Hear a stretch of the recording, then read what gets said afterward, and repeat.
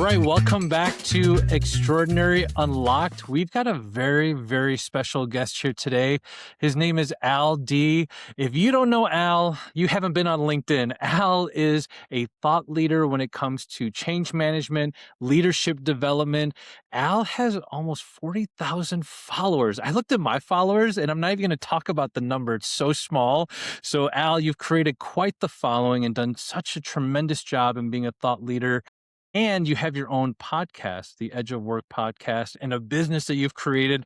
We're going to dive into all those things. But Al, do a quick intro so the audience can get to know who is this mysterious, successful man. Well, thank you for the introduction. That's very kind of you. I'm so grateful to be here. So my name is Al D. I'm the founder of the Edge of Work, which is my advisory and consulting firm. I spend most of my days working with organizations, helping them figure out what is coming around the corner, what's new and next, and also helping their organizations and leaders adapt to change. I have been running my own practice now for about 4.5 years. But prior to that, I spent the majority of my career working at the intersection of change, of technology, and of organizational strategy, and spent the first part of my career in management consulting and spent the next part of my career in the tech industry. I'm sure we'll get into that a little bit. But after about 13 or 14 years of doing that, I decided to go off on my own and to build my own business and to work for myself. And that's what I've been doing for the past 4.5 to 5 years or so. As you mentioned, I host a podcast that is called the Edge of Work podcast, where I explore a lot of the changes that are happening in the workplace today. And yeah, that's a little bit about me. And I'm located in Southern California, Los Angeles to be specific. And yeah, just delighted to be here and to chat with you. All right. Thank you so much, Al. And the first question I always ask is, what was the first job you ever had? What did you do first? Great question. So the first job that I ever had was I worked at a golf course and specifically a country club where I was a caddy. I actually, at the time, played golf. And one of the things about working at a golf course is that if you end up working at the golf course, usually they let you play at the golf course for free if you work a certain amount of time during the week. And so once I learned that, I said, you know what, sign me up. And so signed up to be a caddy, learned how to be a caddy. If you're not familiar with the game of golf, the caddy is the individual who will carry the clubs around for the player who's walking the course. And at the professional level, and to a certain degree at other levels, the caddy also really helps and guides the player. They help them navigate the course. They help them pick out the clubs they should hit. They give them guidance in terms of maybe what parts of the course to gravitate towards or what to avoid. And in some cases, they also really act as a coach, a thought partner, in some cases, a psychologist, maybe even a psychiatrist at times. But that was my first job. And I'll be honest with you, outside of the work I do now is probably my most favorite job that I've ever had. It That's was great. a lot of fun, I learned a ton. And also I was 13. When I first joined, I was 13. And so I just think it was such a pivotal time for me to flex some agency and build some skills at a really critical time in my life. And I credit a lot of my development as a teenager to taking that job. And so you brought me That's back down amazing. some good memories from the time working at a golf course. So I appreciate the question. Yeah, well, I got to ask one follow-up question. What was the best tip you ever got? Now, I'm talking about the tip Oh, after the caddy's done, but yeah, for sure. actually No. getting tip. Yeah. So again, if you're not as familiar with the golfing world, and in particular I would say the country club golfing world, every now and every country club, particularly the private ones, they'll have their own tournaments throughout the course of the golfing year. And in particular, they'll have these tournaments that typically are for the members of the club and really that are within the club itself. And I caddied often for a player or a golfer who was pretty good. And there were a couple times when for some of the bigger tournaments, he did really well. And so as a result of that, of him playing very well, he ended up tipping me like pretty well. And so I think there is one tournament where I think he gave me, I want to say maybe like a $500 tip or something like that on top of what he had paid me. That's a I mean, big tip, man. it is, and also I should also add with a caveat that in these tournaments, they do there is money that's involved, and so he wasn't just being charitable. I mean he was being charitable, but he was winning some of this as well. But the other thing I will add is that the club I worked at, they actually used to host a professional women's golf event, an LPGA event. And as a result of that, I actually did caddy a few times for a few female professional golfers in the actual tournament itself. And there, I definitely made more money, but as you'd expect, those players tend to pay a little bit more because the stakes are a little bit higher. But either way, from working just for the members of the club, yeah, I got a $500 tip once. That was pretty good, particularly when you're a Man, 13 or 14-year-old. my God, you're rich. You're Yeah, seriously rich. pretty much, yeah. I love that. Well, thank you so much for taking us into the time machine. And I actually want to rewind the clock a little bit as well. Beyond the caddy life, Mhm. moving into your undergraduate experience, you were the president. I believe you were the student body president at your Yes, university. And yes. then you moved. So tell us a little bit about the formation of Al and then moving into the work world at Deloitte. Sure. I did student government in high school, and so when I went to college, I went to Boston College. I knew right away that I wanted to do student government. I enjoyed the leadership opportunity, the ability to really work with others, and to act as a representative or liaison, if you will, to really hopefully benefit a broader group of people, in this case, students. And so I joined student government when I got to Boston College, and they had what they called the Student Senate. And so the Senate, there are five senators in each class, and there's an election. And I was fortunate enough to win as a freshman. And I knew pretty on that, once I got elected, I said, you know what, it would be really cool if one day I could become student body president. I had been student body president at my high school. All the stakes were different, and obviously the environment was different. I directly knew what it would be like, but I really spent the next couple years, in addition to trying to serve as a good senator, of actually getting to know the current student body president of that year to better understand what their job was, what they were doing, and in the 3 years leading up to eventually becoming student body president, I pretty much more or less, uh, was mentored by that year's student body president. And when it came time to run for actual student body president and to actually take on the role, a lot of what they had shared with me, a lot of how they taught me and advised me and guided me, were very much came to fruition when I actually did, in fact, become student body president at Boston College. And I think that was a really good lesson for me in terms of, first, of course, trying to go after things that were important to you, but also in terms of acknowledging and recognizing that you can't and probably don't need to do it alone. And that it's Mm, okay to ask for help, and it's okay to go and find people who are a couple of steps ahead away from you. Learn what's working for them and what's not working, and take that in and bake that into what it is that you do yourself. And I definitely made my own mark in terms of what I did as student body president in my time there. I mean, if anything, and I think you will appreciate this, but to my knowledge, at that time in 2009, 2010, up until that point, I was the very first Asian American student body president at Boston College in the 40 years of the student government at the time. And I'm proud to report that since then there have been numbers of other ones that have taken that role since then. amazing. But up until that point, I was the first one. And so I have no doubt in my mind that I had made my own impact in so many different ways. And I came before the people who came in front of me, or I came after the people who came in front of me. And so much of what I did had been built off of what I had observed and studied from the people behind me. And that actually has a theme in the sense that that actually became a launchpad for what I would end up doing after I graduated from Boston College. As I mentioned, I went into the management consulting world, so I started my career at Deloitte Consulting. And part of how I ended up there was because there were a number of people who had worked in student government who had also gone to Deloitte. And so in the recruiting process, I had reached out to them, and they had, were very responsive to me in terms of walking me through, hey, this is what it would be like. Here are some of the parallels between being in student government and being a consultant. Here's where it's different. But ultimately, I think for me, how I ended up in consulting was, number one, my father was a consultant. So I had a sense of what to expect in terms of directionally what they did, because you never really actually know what consultants do.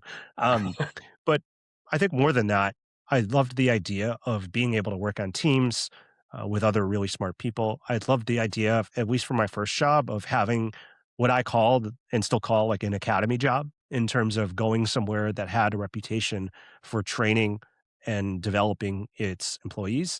And then the idea of being able to work with Fortune 500 companies seemed really interesting and exciting. And so that was where I started my career. But yeah, that was a little bit just about my time in student government and how it really served as a launchpad for getting into the consulting world. Yeah, I mean, that's tremendous. And as you go through the consulting, because you were there for how many years were you a consultant at Deloitte? It was Sure. only a So, few, yeah. right? Yeah, so I spent about 3 years at Deloitte before I went to business school, and then I spent another 3 after I came back from business school. So about 6 and a half total years of being at Deloitte. Yeah, what people don't know is that when you go to business school, you're you're the student body president in Boston. You get into it was at UNC Chapel Hill. I forget the name. Is it Flager or how do you Keenan pronounce Flagler. it? Keenan Okay, Flagler. and go there and you create a business. It's called MBA Schooled. What was that Yeah, all about? sure. Yeah, so in my 2nd year of business school, one of the things I did was that I started a blog writing about business school and more broadly about career development and leadership development. I think at the time, one of the things that I had reflected on during my 2nd year of business school was I felt like there were a lot of lessons that I had learned that were lessons that I didn't just learn. I think there are a lot of lessons that a lot of business school students end up learning. And I thought to myself, it would be really great to share some of these somewhere where other people could read about them and learn about them as well so that they didn't have to go through all the challenges that I went through. I mean, they still would, but hopefully they'd get some guidance along the way. And so I decided to start writing about them through this blog, which was called MBA Schooled. And it started off honestly as a curiosity and passion project just to do for fun. And what I realized afterwards, after writing it for a few months and people started reading it, was that a lot of other people who read it also kind of said to me, "I really enjoyed reading this. It made me realize that I wasn't the only one who was, navigating these things." And that is where I got the idea, which would be central to the website, which was I don't have to tell all these stories myself. I can have other people tell their stories too. And so one of the hallmarks of MBA Schooled was that in addition to certainly writing and sharing my perspective on things, I'd go out and find other students from other schools who could also share their own thoughts, ideas, and experiences as well. But through that process, a really funny thing happened. It turns out the more that you go and try to feature other students from other schools, the more people you start attracting to reading the blog and also to want to contribute. And so a lot of that growth early on really came word of mouth because once people started contributing, they started sharing it with their colleagues and friends and more people started coming in wanting to share their own experiences, which ended up growing the readership of the blog. And that actually, really started to take a hold when some schools and some companies started reaching out to me, asking me to do trainings and workshops and coaching for their students and employees. And so I think the lesson in there for me and what I reflect back on. So, number one was just the whole idea of following your curiosity. But number two, of if you've got something that you're interested in, chances are other people are going to be interested in it too. And so going out there and finding other people who had like-minded interests and collaborating with them ended up creating a whole bunch of opportunities that I could have never, really seen. And so eventually I graduated from business school and went back into the working world and kept up with writing it. But it really just started as a passion project and something that I just wanted to put some time into but ended up being a nice little side hustle that certainly kept me energized while I was back in the working world after I graduated from school.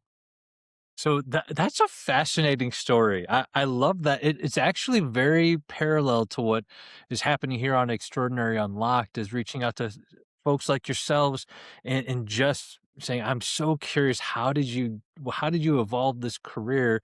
And so this is happening and you call it following my curiosity and something that I've actually called feeling a conviction, sensing a conviction like this is something. I don't know what it is, but it is something and it's amazing that you actually went back into the consulting world and kept this up in parallel.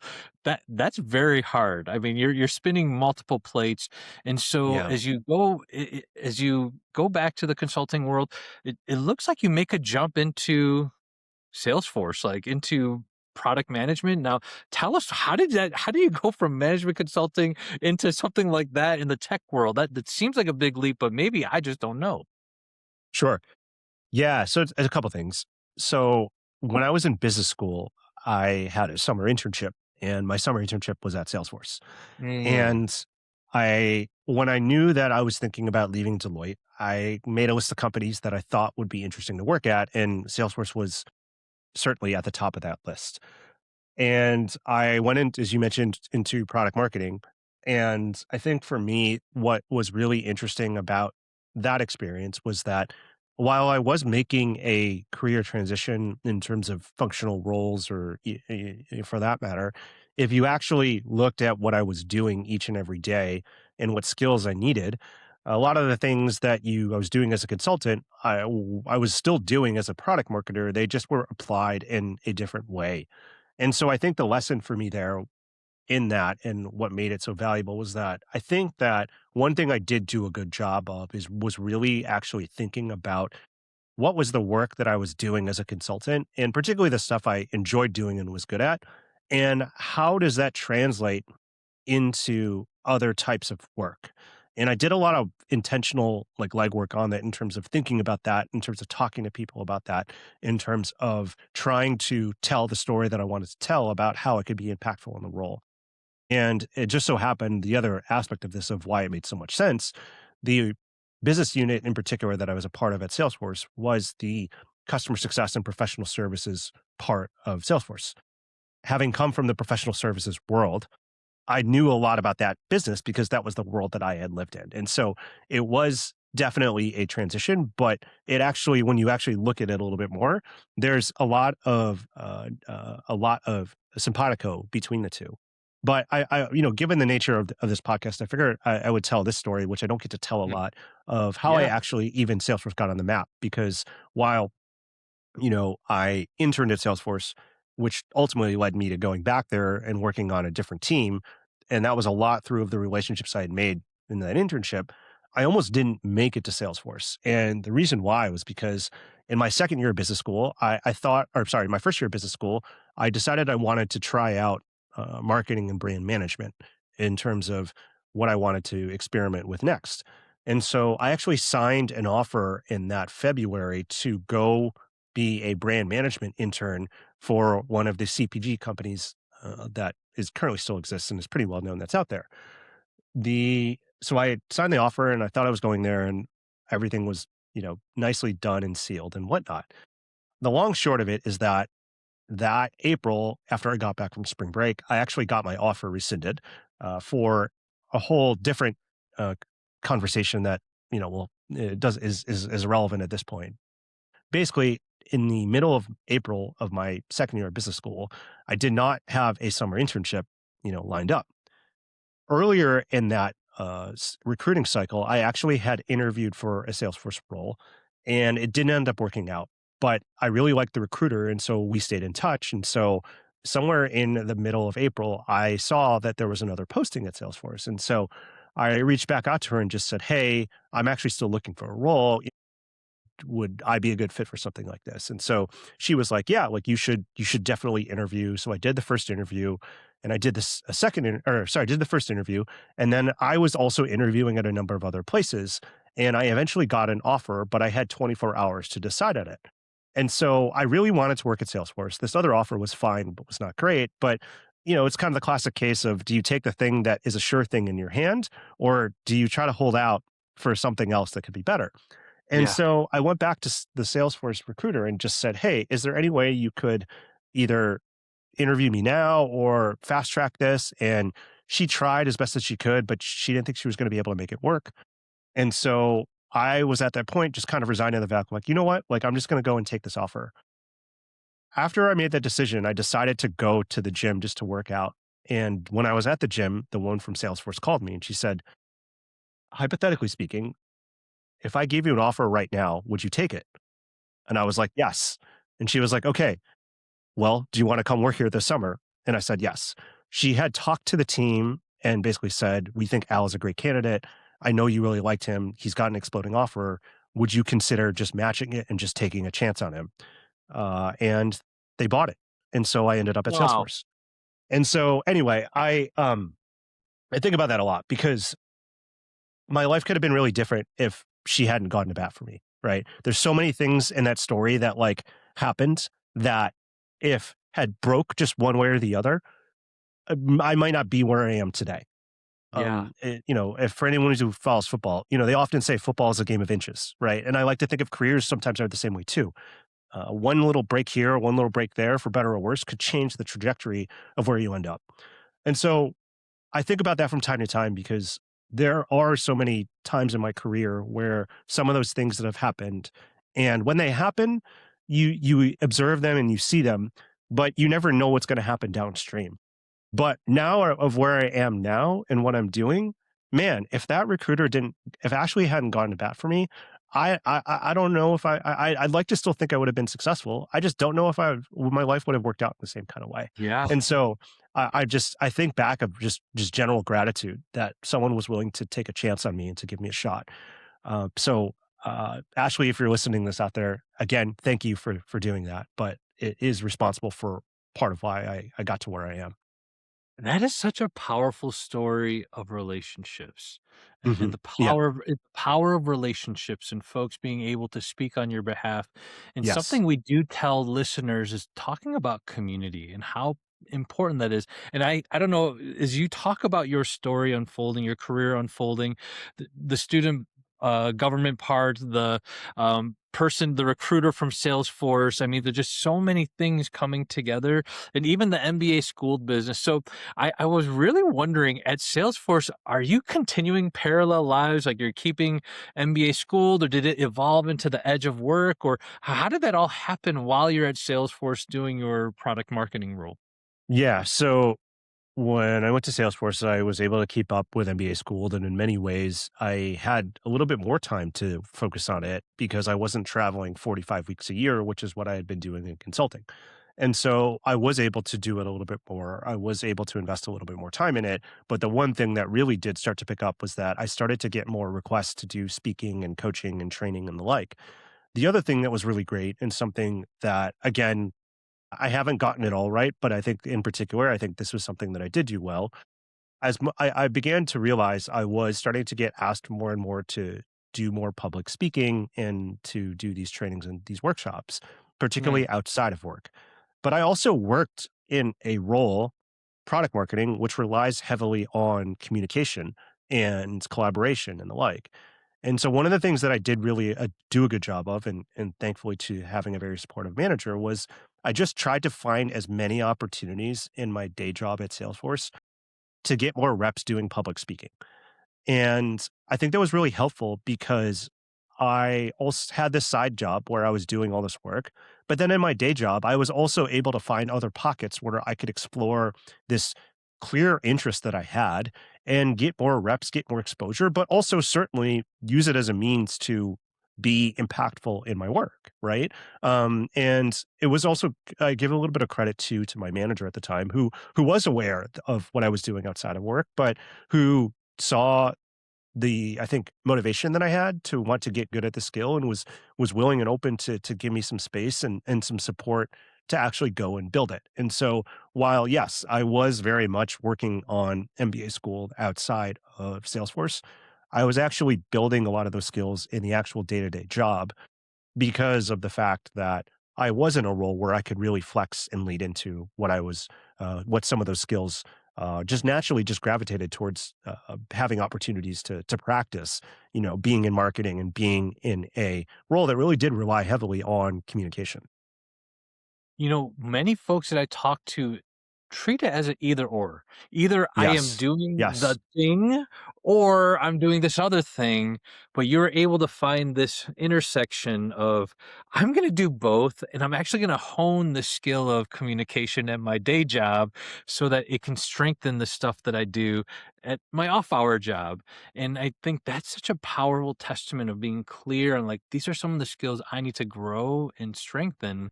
And now I'm wondering, you're at Salesforce and you find the courage to make the leap into, I'm going to be a I'm a solo guy. I'm going to do my own thing now and build a business around what I love and am passionate about. Can you tell us how you got to that point? Sure. So I think a lot of it was driven by the pandemic in the sense that during the pandemic, particularly with the move to virtual, there was a pretty big increase in requests for virtual training, particularly around leadership skills and other types of soft skills and the like. And so, as a result of that, I started getting a lot more requests to do virtual training. And I was working from home. I certainly had my day job at Salesforce. In many ways, it was a little bit easier to honor some of those requests because I didn't have to get on a plane to be in person to do it because I couldn't, because at the time we were all in lockdown. And so that year of 2020, my side business started to grow pretty significantly. And Mm, it finally got to a point where I just started to wonder, how much farther can I take this as a side hustle, right? Because as a side hustle and as a side business, it has a limited amount of runway just because I have a main job. That said, I also started to, as I thought about my own growth and trajectory of my career, being a product marketer, I was really starting to wonder if this was going to be the thing that I would, that I wanted to continue to do. I think I was up until that point, I had only worked in large organizations, and Salesforce being one, Deloitte being the other, but certainly when I was at Deloitte, I was working with a lot of Fortune 500 companies. And I just started realizing that while I was good at being able to navigate through them and work in them, I was also challenged sometimes because I literally would get these days, particularly during the pandemic, where I would spend the majority of my day from like 8 to like 5:30 p.m. in back-to-back meetings, trying to fight fires, trying to get alignment and buy-in and go through like 6 or 7 hoops just to get something off the ground. And then I would go into my side business where I'd be like, I want to do X. And so I would do X. And I started to see this kind of juxtaposition of, this is what it's like to work in a big co. And then this is what it's like to work for yourself.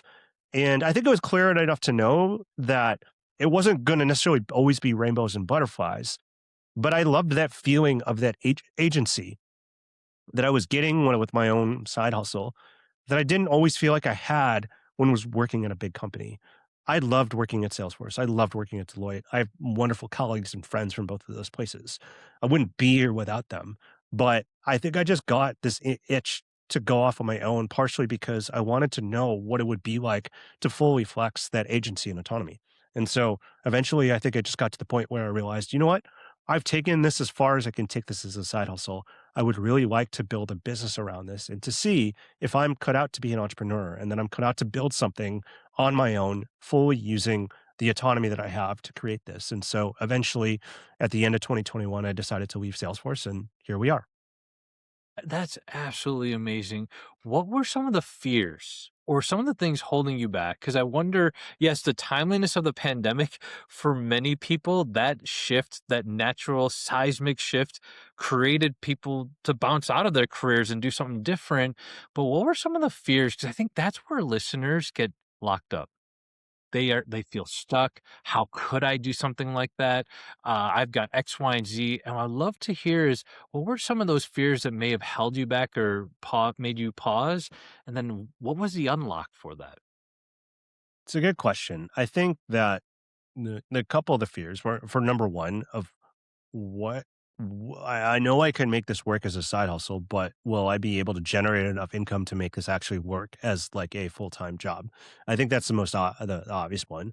I think there's another fear that I had of, I think one of the reasons why this side hustle business was so fun was that I never started out to start a side hustle. Mm, Again, following the thread, I started out because I had a curiosity, and it just so happened to back into the fact that it ended up making money. And I think there was a little bit of a concern of, will what happens when the stakes change and the constraints change, where all of a sudden real stakes are on the line, which is, putting food on the table, right? And a yeah, roof over right. my house. So I think that was a real concern.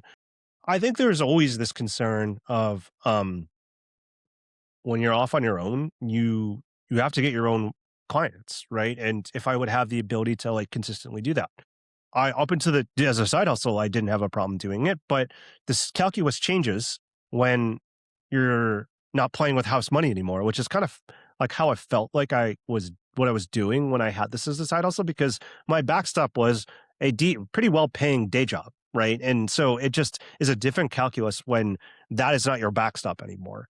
So I think those were some of the probably some of the challenges around it. And in terms of, really getting over it, or where that belief came from. So I think number one was just realizing like, look, like I could always come back to doing my day job.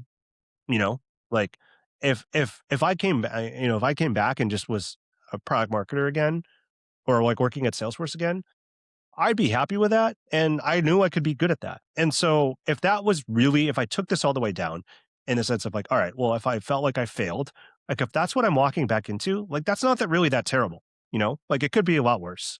Um, I've always been pretty good at finding jobs, so that wasn't really a concern with me. And I think the other thing was I had up until that point pretty much done everything that I had wanted to do in my career. And I didn't necessarily have a clear quote unquote next step. And so there was part of me that was like, you know what? Why not instead of waiting for someone to tell you what the next step should be, just go and make your own. And so I think being able to take ownership in that also something that helped me. Yeah, that's so powerful. And what's the feeling? What's now that you've been doing this for, it sounds like it's been 5 years, five some years. What's the experience living into your calling, creating this business and doing it for so long? I mean, what's that experience for you? It's a good question. So I think that there's a couple things that come to mind. I think the first thing is that when you're when you're running your own thing and you have your own thing, you do get to in fact flex that agency, which is great and is also really challenging because when you make a decision, you made the decision and you have to own it for better or for worse. And when it goes great, you can pat yourself on the back. And when it doesn't go great, you have no one else to blame. So that's been a good lesson. And overall, though, it's been really fun to be able to really flex that agency and in all sorts of ways, whether that is choosing the kind of work you want to do, choosing your own hours. As you know, I have a 15-month-old son. And so making sure I can be really intentional about how I spend my time is really, really important. But what it also allows you to do, if you're willing to be flexible and you're willing to really flex your business acumen, is that you can really build a business around the life that you want to live. And for me right now, that means getting on less airplanes. It means being able to more or less not work between the hours of 6 a.m. to 9 a.m., which used to be the most productive time of my day because I've got other commitments I got have to be to. It means taking like a month off in the middle of the summer, right? Because that's just what I need to do in terms of being able to support my family. So it has allowed me to flex the agency. And yeah, there's been challenges that come with that. But also, I think it feels very freeing. I think that I've always enjoyed, for the most part, I've always enjoyed my jobs. I mean, there's definitely been challenges and there definitely have been hard days. But there have been so many times that I've thought to myself in a given Tuesday over the last 4.5 years, man, what a privilege that I get to do this as a profession, right? I think it's such a, I feel it truly. It sounds crazy, but I feel like it's such a privilege to be able to get to do this work, and it's an honor that I get to do that. I know that not everyone feels that way about their job, but I do really wish and hope that anyone who wants to have that feeling that they get a chance to have that feeling because it really does feel very rewarding and fulfilling. I also think that it has really taught me that in many ways there is a direct correlation with how much you're willing to learn and how far your business can go. Because as an entrepreneur, particularly as a solo entrepreneur, you are on the hook for everything. Now, obviously, you can't know everything. There's no way, no one can know everything. But your willingness to learn and to build new skills is what is ultimately will take you in the direction of where you want to go. And I think that has been a really rewarding and challenging unlock for me of like knowing that if I am willing to push myself and to take on new things and to go through that really helpful but often hard process of learning and unlearning, the other side has lots of benefits. And so I think it's in general is a good thing, but it also can be really challenging because sometimes you would rather things just be comfortable, or sometimes you would prefer to coast. And then I would say maybe the last thing is that it really does feel really cool just how much of this work is also just tied to the relationships that you have, particularly as a solopreneur, right? Like, and I think that while my network has always been important, and relationships have always been important, that has really shown up in terms of the work that I do now, because I can't be everywhere. Like, I don't have the luxury of having a Deloitte or Salesforce on my name. Like, I have to go out and do a lot of this work. And so knowing that, having someone who's always invested in those relationships, and now knowing that, like, I get to do that, like, is inherent in terms of the success of my business, has also been very rewarding in the sense that, number 1, made me feel vindicated for doing that all along. But number 2, I've also gotten to, in some cases, like, actually work with friends or colleagues in some kind of capacity, which for me has been a lot of fun. And so there's a lot of different other things, but those are the ones that come to mind the most. Yeah, it is amazing. One of the podcasts I actually got a chance to watch of yours was with Britt Andrietta. I think that's how you pronounce her last name. And she was one of the first ATD speakers I ever heard. This is way back in like 2014 or 2015. And it really changed my mind about things. And to see that you are now connected to her and like, seems like you guys are friends and you work together, and that's just for me, wow, this community is so big and yet at the same time can be so small. I mean, that's like a perfect example. So, yeah, so Dr. Britta Andrada, she is a expert in learning and just an incredible speaker and thought leader. And it's a really great story of the power of this. So I know Dr. Andreata because my father booked her to speak at his conference, maybe like over like 15 years ago. And so I used to go to that conference to help out my father, and that's where we first met. And so maybe in like 28 and 18 or 19, like we reconnected. And then during the pandemic, we reconnected again because of another podcast that I used to have where I had her on as a guest. And eventually, when I decided to go and make the leap to going in full time into this, she was one of the very first people who I talked to about this. And also, for that matter, she was one of my very first clients and someone that I worked with and supported her work. And yeah, I mean, but that goes to speak to just like the power of relationships, right? In terms of, we met over a decade ago, we stayed connected over the years. And when I got into the space, she had a need for something I was capable of, and we collaborated. And to this day, I still hold her in very high regard. And so that's just like one example of just like the power of those relationships. Yeah, that's amazing, and just to know that I'm 1 degree separated from her now. I watched so many of her LinkedIn learnings. It's sort of surreal that you actually know her really well. Something that actually attracted me to connecting with you on this podcast is when I entered into the leadership development space and was working for an organization, the number of Asian Americans actually in this part of the business is very few and far between. There's some folks, but Al, you just kept coming up on my LinkedIn feed. I don't know what it was. And I'm like, I'm so curious, what was the experience for you? Because you're not like I was in-house.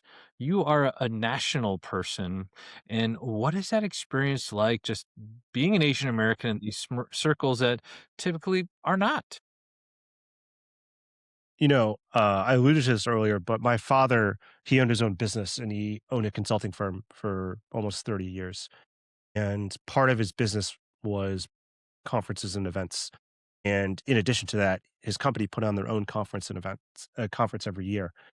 And I started going to this conference when I was like 12 or 13, partially to help him out, but partially because if I went with him, the conference was at Disney World and I got to go to Disney World. So it was a nice That's a fair trade. win-win. Yeah. But these conferences, the conference he hosted in particular, it was all about the intersection of technology and innovation and business. And so I remember going to his conference growing up, and there would be these speakers that are there, Jim Collins, Jimmy Wales, the founder of Wikipedia, all these business leaders and stuff. And I remember seeing them on stage and being like, wow, what would it be like to be able to one day do this? Or what would it take to be able to do this? And now I get to do that as part of my profession. And so the seed was planted long ago, and now I get to do that today. And so it's a very humbling feeling knowing where I came from and to where I am now. And I don't take that for granted in the slightest. That said, to your point, growing up in that space and seeing those people on stages, as you correctly pointed out, I did not see a lot of people that looked like me.